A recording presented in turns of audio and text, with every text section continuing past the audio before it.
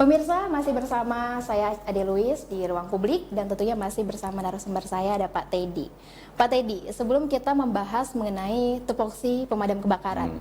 Nah, ini kan Damkar baru saja dinaikkan statusnya dari kantor pemadam kebakaran menjadi dinas pemadam kebakaran. Nah, sebetulnya apa sih Pak dampak dari perubahan tersebut? Dengan meningkatnya status dari kantor pemadam kebakaran Kota Bekasi menjadi dinas pemadam kebakaran, tentunya ini juga satu tantangan bagi kami, tantangan sekaligus peluang, peluang untuk lebih meningkatkan pelayanan terhadap masyarakat. Tentunya dengan peningkatan status ini, aparatur yang ada di kami akan bertambah banyak ya. Karena salah satu kendala dalam upaya penanganan pelayanan terhadap masyarakat atau penanggulangan kebakaran itu satunya terbatasnya sumber daya manusia. Sumber daya manusia. Tuh.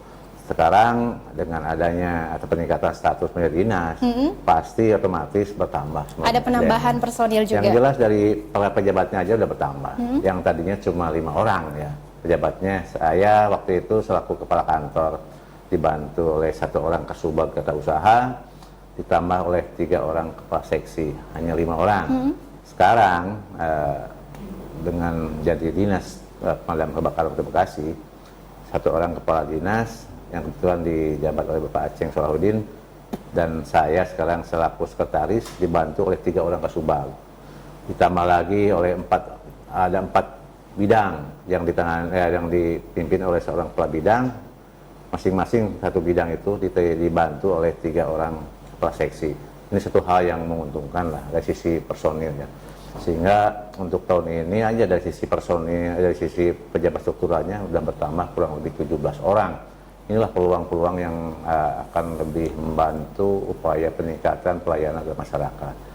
Kemudian juga tentunya dengan bertambahnya personil dan para pejabatnya, tentunya pemikiran, rembuk dari sana sini akan lebih bisa kita manfaatkan, sehingga ide-ide ke depan tentang apa-apa yang harus dilakukan oleh pemadam kebakaran Kota Bekasi ini akan kita bisa lebih kembangkan lagi. Dan tentunya dengan penambahan personil lebih maksimal kembali ya Pak ya dalam menjalankan tugas. Betul. Jadi saya berharap nanti ke depan personil akan lebih ditingkatkan lagi sesuai dengan kebutuhan kita tentunya. Oke, itu mengenai tadi perubahan status ya Pak ya.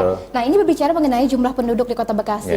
Ini kan sangatlah padat ya, 2 juta jiwa. 2,6 juta ya. Paling kurang lebih seperti itu. Nah, ini kan bahaya kebakaran juga semakin tinggi. Bagaimana antisipasi dari pihak pemadam kebakaran sendiri Pak?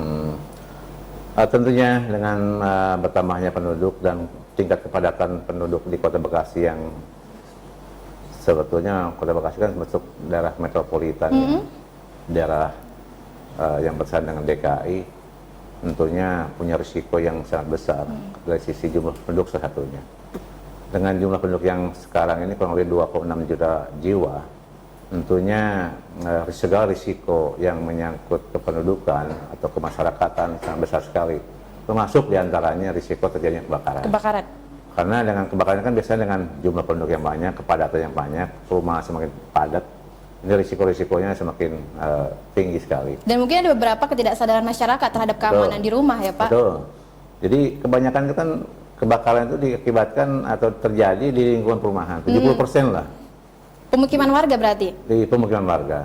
Nah, ini tentunya juga tantangan bagi kita. Bagaimana sih upaya kita yang harus dilakukan? Dari 2,6 juta penduduk Kota Bekasi ini,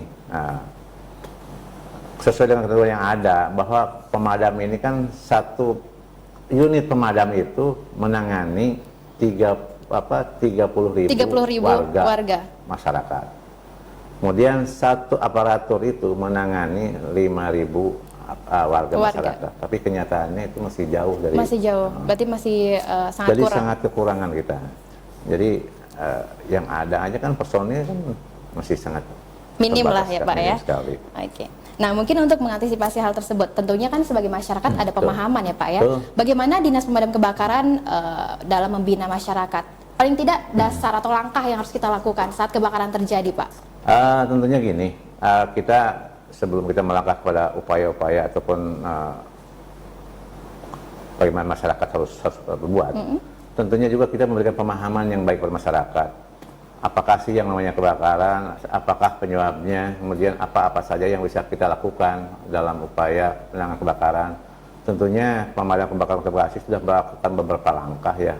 Kita salah satu upayanya pencegahan penanggulangan kebakaran, yaitu dengan melakukan sosialisasi. Sosialisasi kepada Kita masyarakat. tiap tahun melakukan sosialisasi, bukan hanya ke masyarakat secara umum ya, tapi juga kita lakukan juga terhadap pelajar, Oke.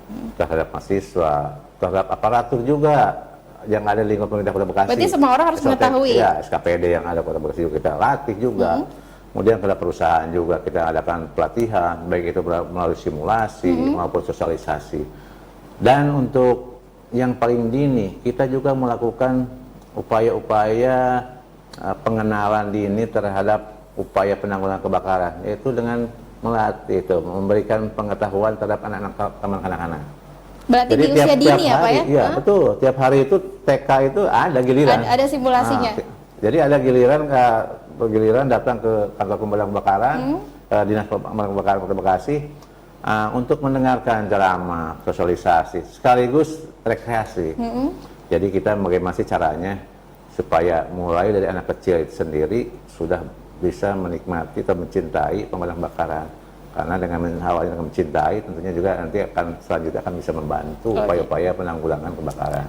Itu yang kita lakukan selama ini. Oke, paling tidak anak-anak usia dini ini mengetahui lah, supaya di rumahnya jangan bertindak misalkan bermain korek api, bisa menyebabkan kebakaran. Kita memperkenalkan latar belakang terjadinya kebakaran, berikut juga alat-alat pemadam kebakaran, baik yang itu alat tradisional maupun juga alat yang modern, serta upaya-upaya apa saja yang harus dilakukan dalam upaya pencegahan terjadinya kebakaran. Itu yang kita kenalkan masyarakat.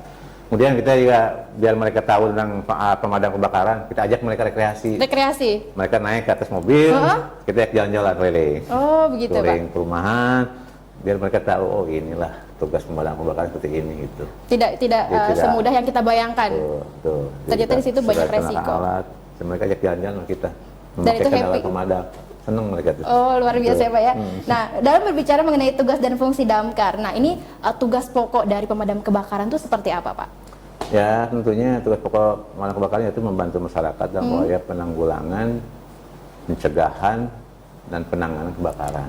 Itu upaya tugas pokok dari pemadam kebakaran.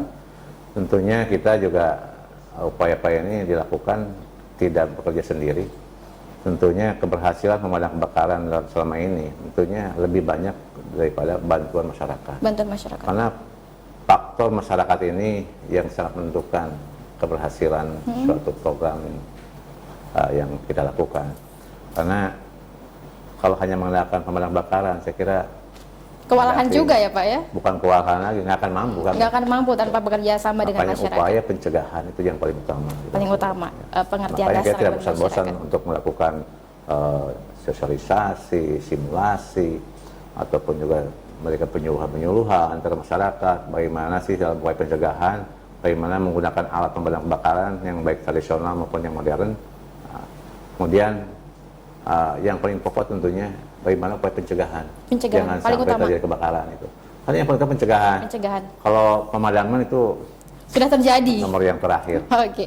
Ya, pemirsa, tentunya di sini masih banyak lagi yang ingin ketahui tentang tugas dan juga tupoksi dari pemadam kebakaran. Dan ternyata ini sangat bermanfaat untuk masyarakat. Selain masyarakat juga harus mempunyai keahlian dan juga sigap dalam menangani kebakaran. Dan bersama Pak Teddy akan menjelaskan lebih jauh lagi tentang pemadam kebakaran ini ya Pak ya. Tentunya jangan kemana-mana pemirsa, tetaplah di Ruang Publik.